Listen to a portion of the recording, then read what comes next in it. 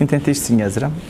Baxın, ümidlərim o qədər yüksəkdir. Lənkəranda böyük bir supermarket var, adını deməyim. O hələ açılmayıb. Mən onun Bakı filialına yazıram ki, Lənkəranda nə vaxt açılsaz, mənə xəbər eləyin deyə. Yəni, o ümidlərlə artıq yaşayıram ki, ümidim var ki, Lənkəranda gələcək və Lənkəranda gələrsə, mən o işi tam apara bilərəm deyə. Çünki yapışmışam, yəni iş istəyirəm. Bir neçə yerə CV verdim və o CV-lər bu günə qədər səs yoxdur o CV-lərdən. Və bunlar çox normal aldı. Yəni, uşaqlar çox tez həvəsdən düşürlər. 2 yerə CV verirlər, çağırmadı müddətdə və sən həyatlarına küsürlər ki, artıq heç kəs CV-mizə baxmadı, nə bilən falan. O deyil yəni. Bir xeyli yerə CV verdim. Hətta 3-4 şəkilləri çox baha idi deyə. A4 vərəqində çatmışdım 3-4 şəkilləri ki, yəni təsəvvür edin, 20 neçə 3-4 şəkil çatmışdım ki, hər CV-yə kəsirdim, özümü vururdum ki, qoy artıq məbləğ olaraq mənə ucuz başa yazsın. Amma qısası heç də küsmürdüm, heç də bədbin yanaşmırdım. Yəni, mütləq hər hansı bir sonda işğin olduğunu görə bilirdim. Özümdə olan potensialı inanırdım. Gəldik çatdıq, əsas məsələ budur. Yəni, o olduqdan sonra digərləri hamısı boş şeylərdir.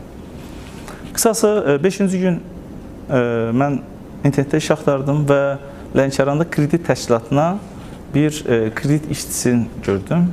Kreditin heç bir anlayışı olmayan bir adam, bank sektorunun heç bir anlayışı olmayan bir adam, çox gözəl hazırlanmış bir CV-ni onlayn formatda göndərdim onlara.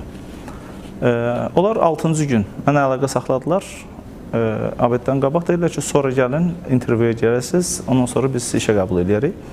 Getdim, gedərkən belə nə danışacağımı bilmirəm. Çünki düşünürəm ki, onların istədiyi kriteriyalar məndə yoxdur. Amma onsuz da itirəcəyim bir şey yoxdur.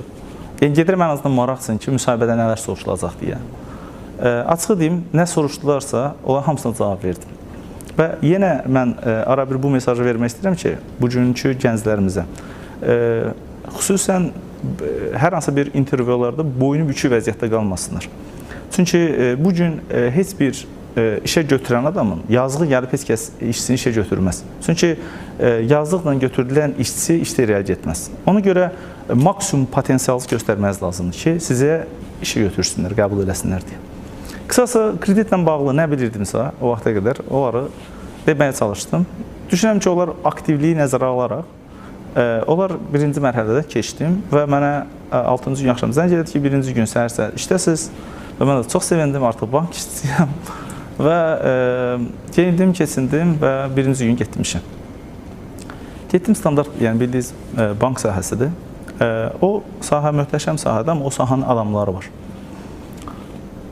Çalışdım, bəlkə bu sahədə alınar deyə və təxminən bir ay yarım falan qaldım orada, amma